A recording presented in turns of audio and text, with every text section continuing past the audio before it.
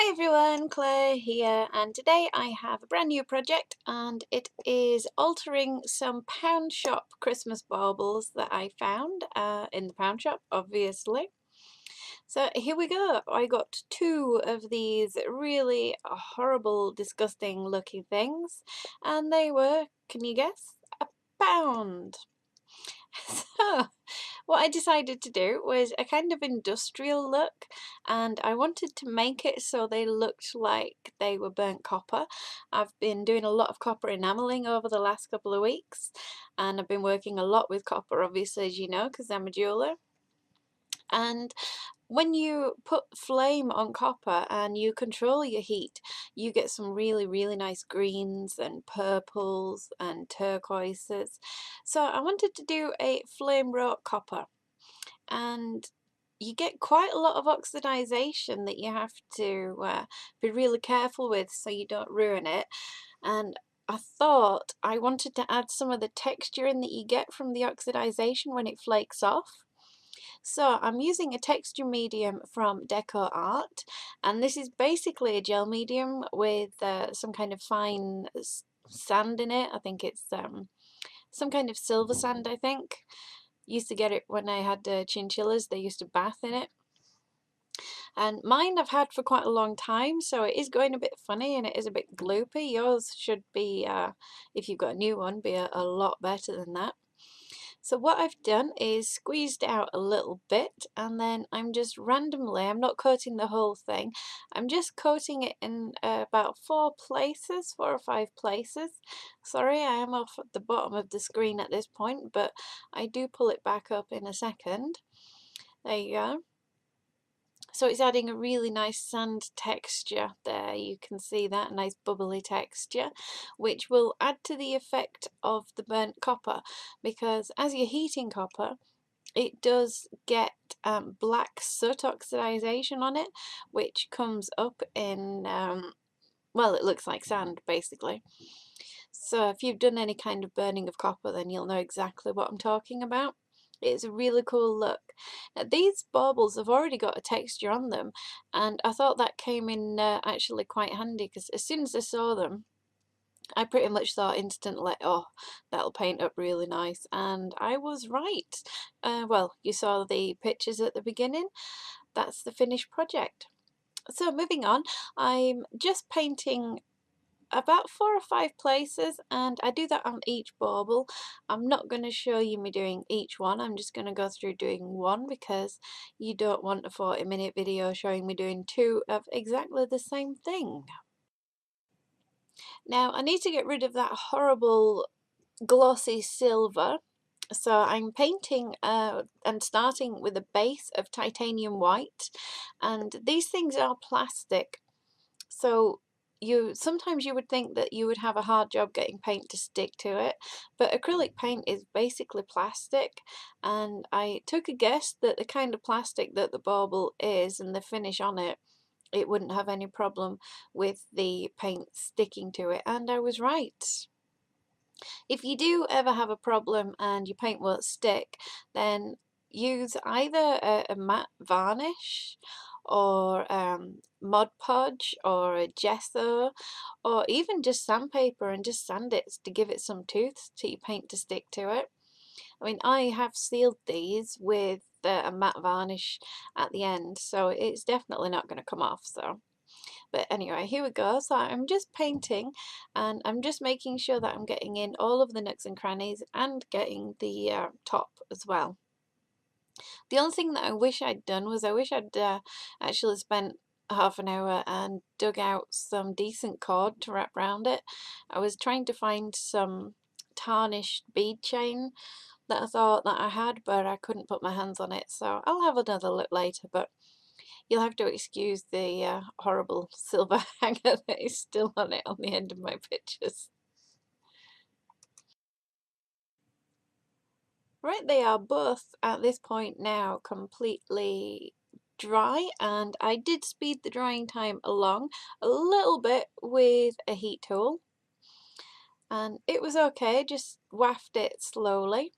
So I'm moving on to a yellow iron oxide colour, and this is a transparent colour. This is going to be my base colour, so I need this to be transparent because I want the white to shine through and make it brighter. I don't have a copper coloured paint. There is copper metallic paint, but that's not going to do what I need it to do. And I actually learned how to do this originally from Michael Demeng, and I learned a lot about colour washes and lots of basics from him. I mean, I did go to art school and I did learn similar things in art school, but moving it into the assemblage is where I really struggled, and I struggled to get my head around it. So I took some classes from Michael Demeng a few years ago, and once, I mean, he's an amazing teacher, and once you actually get the idea and the hang of what you're doing, it's really easy to just make it up as you're going along. So you can see that the crackle on the original bauble, the silver, the crackle, comes up really nicely, and the white just makes that yellow iron oxide, it just makes it pop. So I'm just I'm watering, adding a little bit of water to make it go a little bit further. I don't want it really thick. I do need it to be transparent rather than being a solid opaque colour. So I'm just going to put a wash of this colour on both and let these dry. Making sure, you see, there's the sand texture,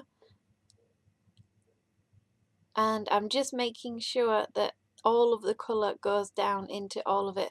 It doesn't really matter if some of the other colours show through, but I don't want any white bits, and I certainly don't want any silver bits. And doing a wash, adding a little bit of water and making it a bit wishy-washy makes it so much easier. Now, most people, when they're doing this kind of wash effect, they just do it on a flat item. Doing it on a circular item is a real skill all in itself, and it is really, really frustrating.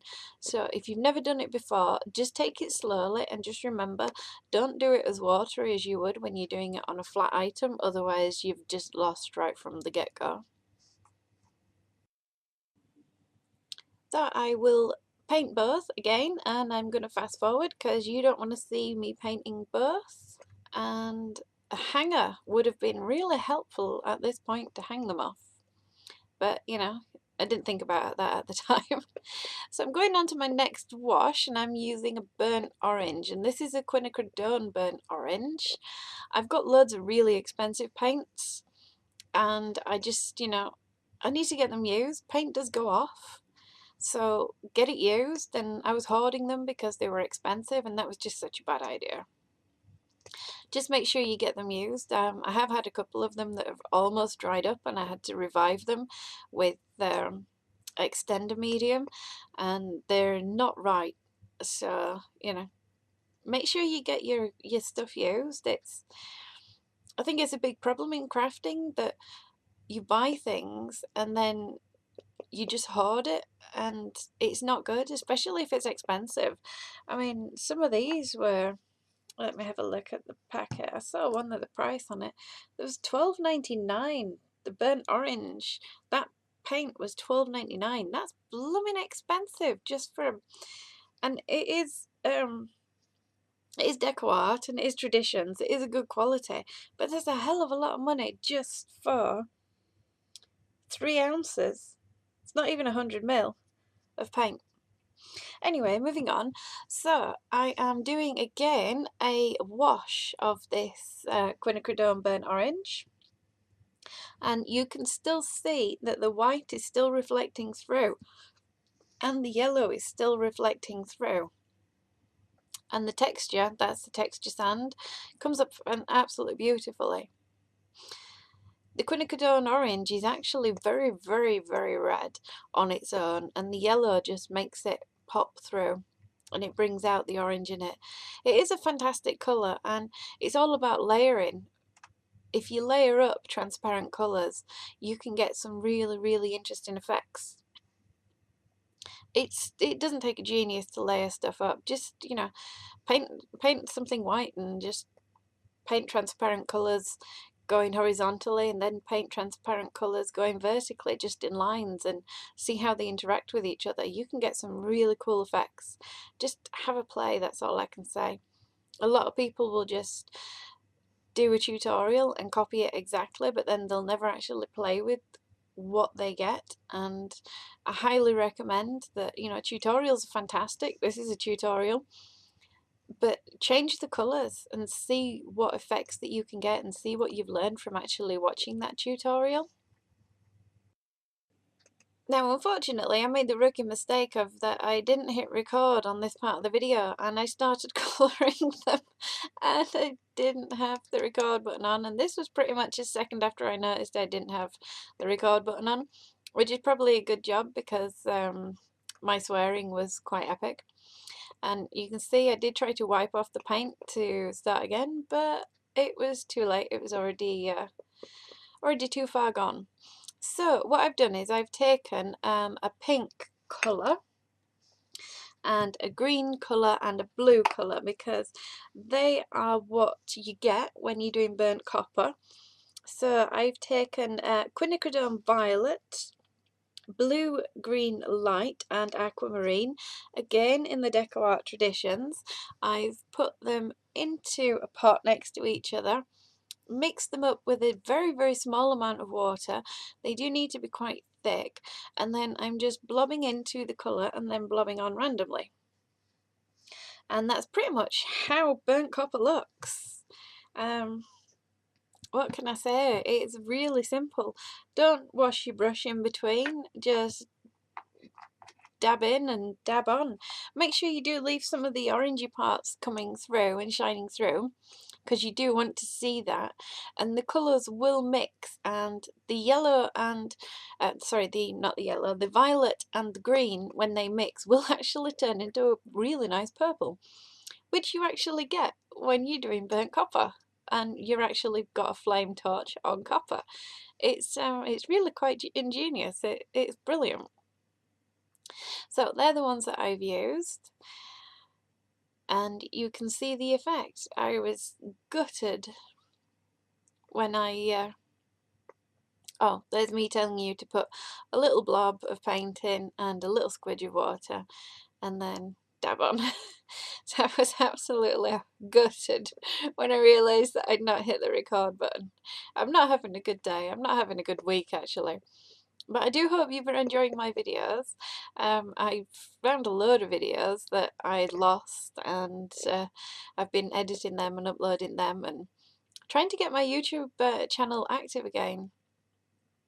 So I know I do quite a few beauty videos, and it's been quite boring for people, and the people who like the beauty videos find the art ones quite boring, but I like to do both, what can I say? So the final layer, obviously when you have heated copper you get a black burnt dust on top. So I'm going to create that, and I'm using the burnt orange and any black. I'm using lamp black in this case, and I do go back and use some of the transparent yellow iron oxide as well, but what I'm wanting to make is a really mucky wash. Now this time I am adding quite a lot of water to my wash.